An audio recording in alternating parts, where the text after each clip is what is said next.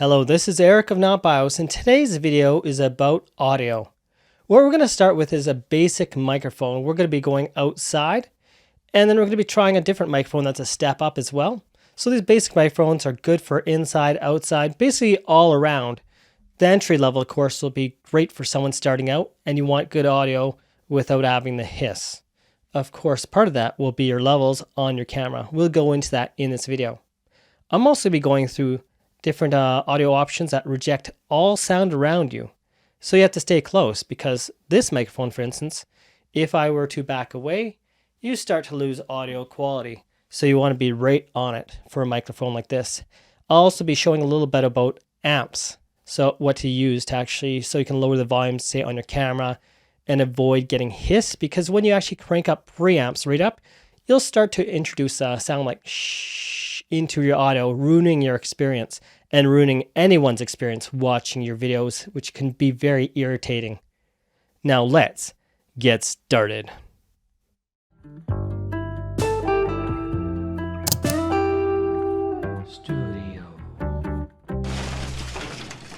Software editing is beyond the scope of this video. However, this will give you a great step up on getting your audio initially the best you can, because if you don't have good audio in the first place, you can only do so much to improve it later.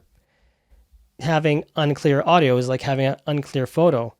You can only do so much to improve your bad experience in the first place. If you have something that starts good, improving it to make it even better, well, that'll be much simpler. Now, let's get started with this video on the most basic microphone for, well, something that's quality and a great all-arounder. And then we'll move up from there. Right now, I have the Rode Videomicro attached to the camera, and this is great for anyone starting out and just doing basic recording no matter where you go. Not a bad mic at all, and it can be used for doing whatever video you want, but it's not great under all situations. Background noise, like you can hear here, is very noticeable. Now, if I take off the dead cat, this is going to get really bad. So now we probably hear a pile of wind noise because I have the dead cat in my hand. This is a little fur thing. Yeah. Makes a big difference to your audio. So that dead cat is now attached and makes a big difference to your audio. So right now we're using the Rode NTG. It's quite bright outside, but the main thing, of course, right now we're worrying about is audio. My levels right now for speaking up close is fairly decent, but you might hear a bit of wind. That's what we have this for. And the further I walk away, the more my level's getting reduced. And that's where we're gonna have to go down to wireless options. Because if you get far away, sure, you can zoom up to the subject, but you really can't do much about the wind until you do something. There are software options, but again, software options will only do so much for audio that is not perfect. The wind noise is probably greatly reduced now. We have actually the fur on rather than this foam thing. This foam thing will help with plosives, so this is what I recommend for using inside. But if it's windy outside, always use what they call a dead cat. Now for a wireless option, we have the Rode Wireless Go here. There's also the Rode Wireless Go 2, and that has two microphones. So if you're interviewing someone with the Rode Wireless Go 2, you can have each individual have one microphone each. So it makes it simple for if you have more than one person on the scene. This little fur thing is supposed to block the wind. You also have the option of connecting a lavalier mic to this Rode Wireless Go. At this time, I do not have the little fur thing on it, so I would get some wind noise. But let's connect this for an example. So right now the Rode Wireless Go doesn't have the little foamy thing on it, and it's not overly windy right now, but so let's see if we get some wind. Okay, now I'm going to connect to my lav.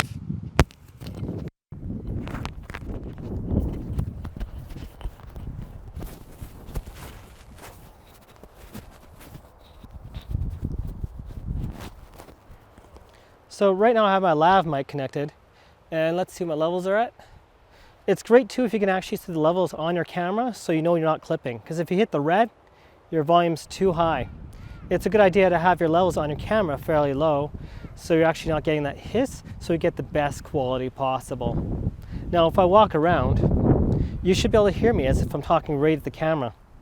And of course, since I don't have the little foamy on here, you're going to hear wind. So let's go back to the road. So if you're moving around, say picking up something, and you want your presence even throughout your filming, having a wireless system such as this is a great way to go to maintain your freedom. Right now I'm using the audio on the camera itself. This particular camera is a Sony ZV-1, which is actually an upgrade over most camera microphones using a triple type camera system, but not nearly at all, not even close to remotely as good as a proper microphone. As you can notice, there's probably quite a bit of hiss, and it probably sounds somewhat compressed, the audio itself, not giving a good sound at all. So right now I'm using the Rode Videomicro, and if someone were to knock like that, you can hear them. And if someone should knock a little bit harder, well, then you can really hear it.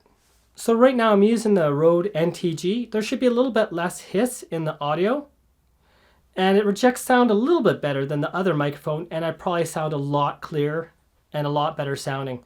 However, if someone were to knock, you still can hear a bit. And if they knock a bit louder, you can still hear some of that sound. It may not be as loud, but there are other microphones, dynamic microphones, to actually change that. And right now I'm using the Shure MV7. It's not the way it normally would be, because normally you get a bit more hiss the way I have it connected, but I have it amplified. We'll get to that later. However, it ejects background sound pretty much better than any other mic. So if someone were to knock, you should barely be able to hear that. But if someone were to really knock, it still did quite a decent job of rejecting the sound. I do have the room door open, so the knocking is quite substantial. That can be heard. However, if you lower your mic volume, you can also gain on that. And if you talk closer, and you can actually lower the volume even more. So let's do that right now. Testing 1, 2, 3. Now, if someone were to knock loud again, you should have heard that a lot less. So I'm talking really close to this dynamic mic, which is actually made to reject sound in the background. Now what I want to do is listen to the silence. This is a good way to test your microphone, and you turn up the volume on the speaker. So I'm going to test this particular microphone. I'm going to turn it a little bit. Well, I'll leave it the volume right now. It is. And I'll turn up the audio interface about the same volume to make it like even to even for testing the noise floor of the microphone. So this is connected to PC, and this is connected to the camera. So I'll test both interfaces. Now listen to the silence.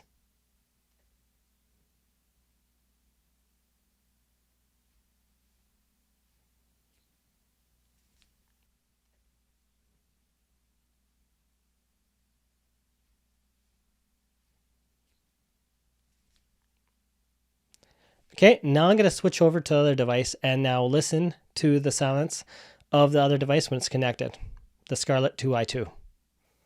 I now have the MV7 connected by audio port from headphone jack to the camera and to the PC via USB. The preamp will definitely help for the actual volume, especially to the PC. So I'm going to have to boost the volume a bit to the PC itself, which I'll need that preamp for. In fact, it also boosts the volume of the mic, allowing me to lower the actual audio interface volume. So this is a test right now, and let's test on silence. But first, before I do that, right now I'm connected to the headphone jack of the Scarlett. So what I'm going to do is I'm not going to connect it to line out. The line out has different tonality than the headphone jack of the Scarlett 2i2.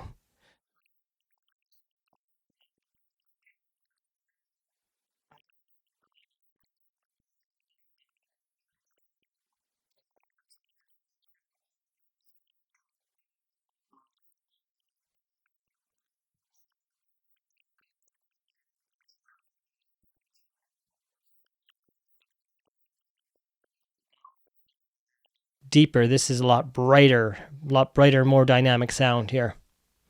Now for the moment of silence.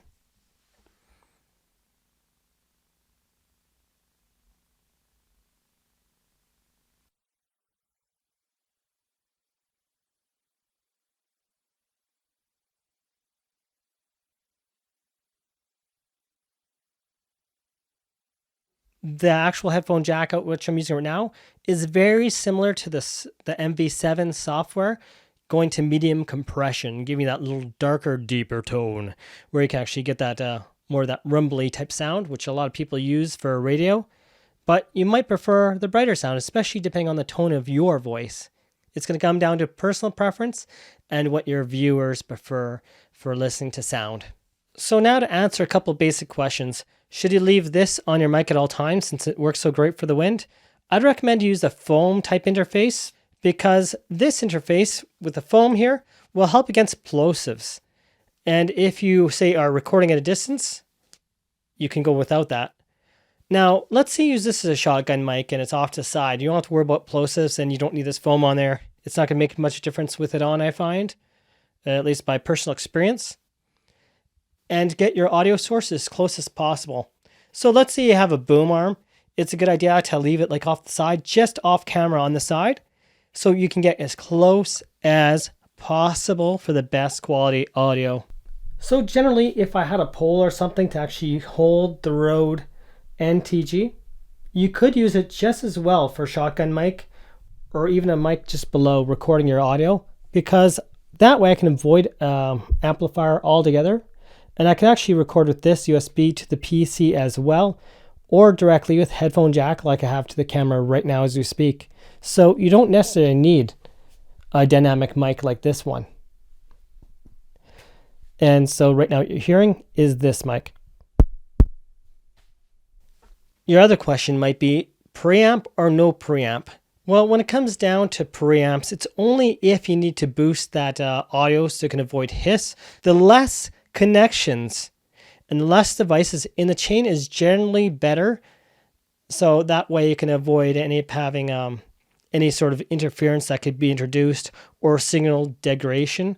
And if you go from, say, an auxiliary to another one to RCA to, once you start adding it up together, there's different connections and it can cause degradation of your signal, especially if you're dealing with a headphone jack, like a 1/8 jack. When you get those long cables, I actually had a problem before with a little bit of crackling in the audio from having really long auxiliary cables. Though a cable that's XLR, which I have connected to this mic right now, is called a balanced audio cable, and this allows you to do really long runs. Another question you may have is, if you need a preamp, where should your preamp be? So a preamp should be, when in the loop here, closest to your microphone. So if you have a cable that's connecting to preamp, keep it as close to the microphone interface and run your longer cable to your actual audio interface down the line. Another very important thing for audio is actually having furniture in the room you're recording in, because you need things like curtains or whatnot, and say furniture that can actually absorb sound. So if you have bare walls, you're going to get a lot of echo, and that will actually degrade the sound of your quality of your audio. So you might want to consider furniture blankets of some sort or sound deadening materials. And the cheap ones are not nearly as good. You're better off to actually spend the money like getting the Elgato sound panels. By the way, this video is not sponsored by any company. In my case, I have a curtain that's right behind my camera, and I have thermal wallpaper on my wall that absorbs some of the sound. But I do want to get more sound deadening material because it will improve my audio yet some more, because it stops reflections of sounds. Now, my Rode NTG, that's this right here for those that haven't seen it. And my Rode Videomicro, I was just borrowing it from a friend. I actually sold off all my equipment, of my lower end equipment, so I don't need that anymore. This completely replaces it for me. This is Eric of Not Bios. Thank you for watching, and have yourselves a most wonderful day. This is Not Bios, Tech and Hardware. And your background lighting will affect your actual lighting of the video itself. So if I were to actually see another light again, so depending on where your lighting is, you could either have good lighting on your video, or you can light up something you don't mean to light up. But for now, thanks again for watching. Have a great day.